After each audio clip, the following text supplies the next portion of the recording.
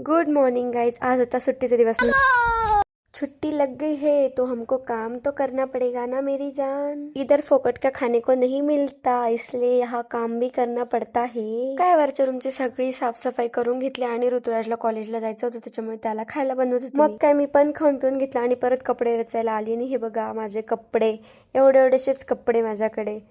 असं नाही म्हणत मी, कारण ते खूप जास्त आहे माझ्यासाठी आणि तरी पण मला कपडे घ्यायचे असतात आणि मी घेणार, आणि तो माझा जन्मसिद्ध हक्क आहे। टाइमपास सोडून मग मी पटकन कपडे रचून घेतले आणि ती क्लिप्स नाही घेतली। नंतर मग पप्पा आलेले होते आणि आम्हाला जेवण वगैरे करायचं होतं आणि याचं तर नुसतं झोप, म्हणजे काहीच नाही काम करत तरी पण खूप झोपा काढतो। मग इथे वेदांत आलेला होता, कारण ते थोडंसं काम होतं माझं त्याच्याकडे, आणि मग झोप काढली मस्तपैकी, उठली, चहा पाणी करत होती मी। 12वीचं वर्ष आहे पण लाज नाही, त्याच्यामुळे तो मोबाईल बघत होता। फिर क्या रोज काही है, खाना बनाने चले गए हम। आता सुट्ट्या आहे, मग सुट्ट्यांमध्ये काहीतरी काम तर करावंच लागेल ना, त्याच्यामुळे मग मी मम्मीला मदत करायला आली, पोळ्या वगैरे बनवायला लागली।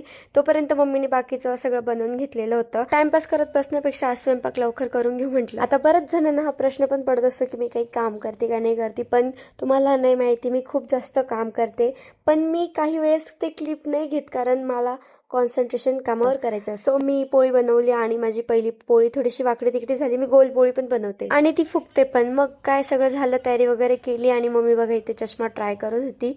असंच चाललं होतं आणि पप्पा मम्मीची गंमत बघत होते। तिकडे गाडी लावायला जागा कमी असते, मोठी गाडी, त्याच्यामुळे मग आम्ही आज बाईकवरच जाऊ म्हटलं। आणि ऋतुराज आणि मी एका गाडीवर आणि मम्मी पप्पा एका गाडीवर। जाता जाता महाराजांचं दर्शन घेतलं आणि फायनली आम्ही आता इथे पोहोचत आलेलो होतो। फायनली आम्ही इथे पोहोचलो और इधर मैडम जी को मेरा चष्मा सरळ करने का बोला था मैंने, पर उनको जमे ही नहीं, इसलिए पप्पा ने ही कर दिया और हम इधर ऐसे मिरर में फ्लेक्स कर रहे थे। इथे ऋतुराजचे आईज वगैरे चेक झालेले होते, त्यानंतर पप्पांनी पण चेक करून घेतले। आज सगळे नंबर लावत होते।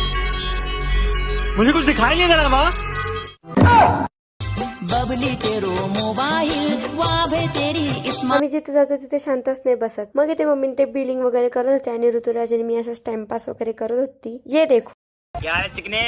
और आज हमारे चिकने ने बिल पे किया था। फिर हम निकल पड़े थोड़ा सा एक्सप्लोर करने, और एक्सप्लोर करते करते हम अचानक से ठोक जाने वाले थे। सगळं एक्सप्लोर करून झालं, मग आता घरी जायचा वेळ आला आणि इथे आम्हाला जाता जाता दादा भेटलेला होता। घर आके खाना खाया और हमारी ड्यूटी शुरू हो गई। मग काय मस्तपैकी भांडे वगैरे घसून घेतले आणि किचन वगैरे क्लीन करून घेतला।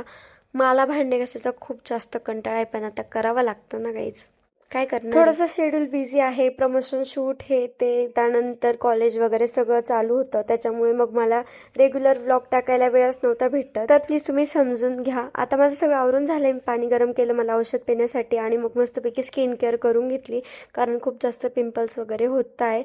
सो फायनली मी फ्रेश झालेले आहे। आजचा व्लॉग इथेच